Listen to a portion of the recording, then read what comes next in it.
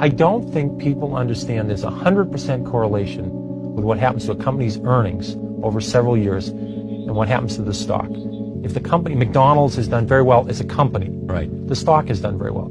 People worry about too much money supply, what's happened to the price of oil, whether who's the president, who's being nominated for the Supreme Court, it's all the ozone earnings. layer. It has nothing to do. McDonald's earnings go up the next 10 years, the stock will go up. Yeah, but what they will say to you, Peter, is that, as you know, and why am I telling you this, but it's fun to tell you this, they're telling you that these other things influence the amount of earnings of a particular company. Yeah. If we're in a recession, people are not going to spend That's as much money on going to the movies or whatever they do. Right. And therefore, you got to pay attention to these other things because they impact on earnings. They are very important, but you have no idea of knowing what they're going to do. Alan Greenspan's the head of the Federal Reserve. Right. He cannot predict interest rates. Yes. He'd be the first to He tell can you. influence them, but he can't predict them. He cannot predict what long-term interest rates are going to be 1 year from now, 2 years from now, 3 years from now. He's even surprised how low they are now. Right. So how am I supposed to predict interest rates? How am I supposed to predict the economy? You certainly remember the recession of 82. Yes. 1982, we had a 20% prime rate, 14% unemployment, 12% inflation.